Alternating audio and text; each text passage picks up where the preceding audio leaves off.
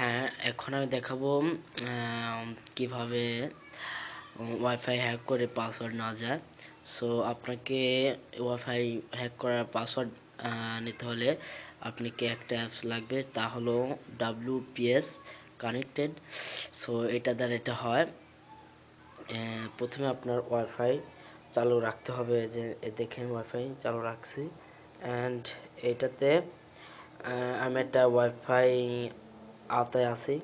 So আমি এটা কীভাবে পাসওয়ার্ড হ্যাক করতে হবে সেটা।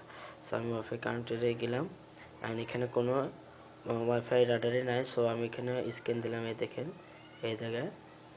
সো আসলো। সো আমি এখানে ক্লিক করলাম। সো এখানে মেলা কিছু আছে দেখেন, এই একটা, এই একটা, এই একটা। সো আমার প্রথমটা ছিল, প্রথমটা দিলাম। এখানে ট্রাই কাস্টম প্রিন্ট দেওয়া যাবে না অ্যান্ড ক্যান্সেলও দেওয়া যাবে না। ক্যান্সেল করতে আপনি ক্যান্সেল না দেওয়া লাগবে আপনার। ট্রাই প্রিন্ট দিলে পরে ট্রাই টু কানেক্টেড আসবে এবং এটা হ্যাক হচ্ছে ওয়াইফাই, এবং এভাবে ওয়াইফাই হ্যাক রাখতে হবে। আমার এখানে দেখা যাচ্ছে if you don't have wifi connected try record disconnect distance from AP try other pin maybe AP address MAC file.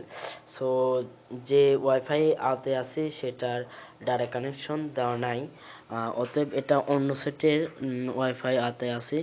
So আমি এটাতে এরকম আসবে না। আর যদি অন্য কোনো ওয়াইফাই আওতায় থাকেন সো তাহলে ওইটাতে আপনার এখানে পাসওয়ার্ড আসবে। ওই পাসওয়ার্ডটা আপনি কপি করে ওই জায়গায় পেস্ট করলে পরে আপনার ওয়াইফাই কানেক্টেড হয়ে যাবে। সো এটাই ছিল।